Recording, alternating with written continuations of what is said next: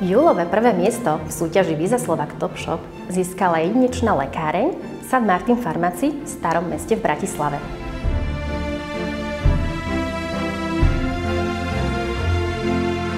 Už pri vstupe do tejto excelentnej prevádzky môžete vidieť nádhernú galériu zápiskov z herbára od slovenského autora Juraja Fandliho z knižky Zelinkár. Ďalšou dominantou je určite zlatý strop a kryštálové lustre, ktoré dotvárajú jedinečnú atmosféru tejto prevádzky.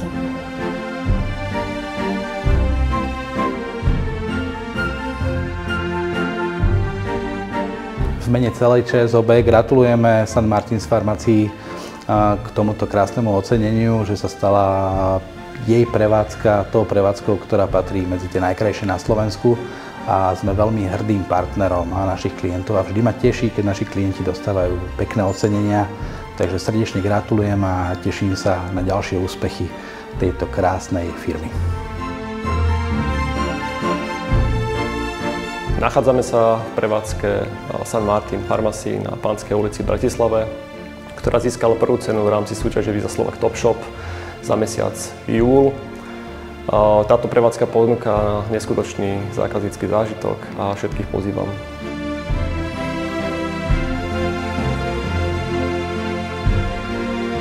Mám veľkú radosť, keď sa nám v súťaži Visa Slovak Top Shop podarí nájsť prevádzku, z ktorej cítiť nadšenie, entuziazmus a energiu ľudí, ktorí ju vytvárajú. Lekáreň St. Martin v Starom Meste je toho krásnym príkladom a určite stojí za to prísť sa do nej pozrieť a možno načerpať inšpiráciu aj pre vaše podnikanie.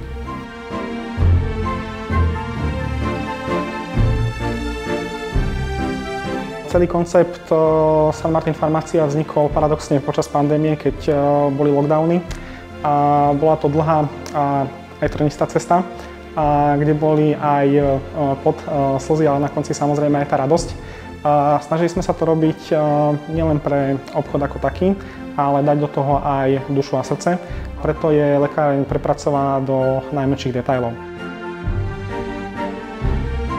Keďže u nás zákazník a navštevník je na prvom mieste, týmto by som si vás dovolil aj pozvať a príďte nás navštíviť s akýmkoľvek problémom, ktorý sa týka farmácie, budete mať. Môžete u nás platiť najmodernejšími metodami od kariet, platba hodiniek, mobilom, čo som aj sám pomerne prekvapený, ktoré v našej prevádzke percentuálne prevyšujú nad platbami v hotovosti. A môžeme vás samozrejme aj potešiť tým, že začiatkom októbra plánujeme spustiť aj vlastný e-shop, čiže tieto moderné technológie pretavíme aj do digitálneho sveta, čím sa samozrejme chceme posúvať aj službám k vám, k zákazníkom čo najbližšie.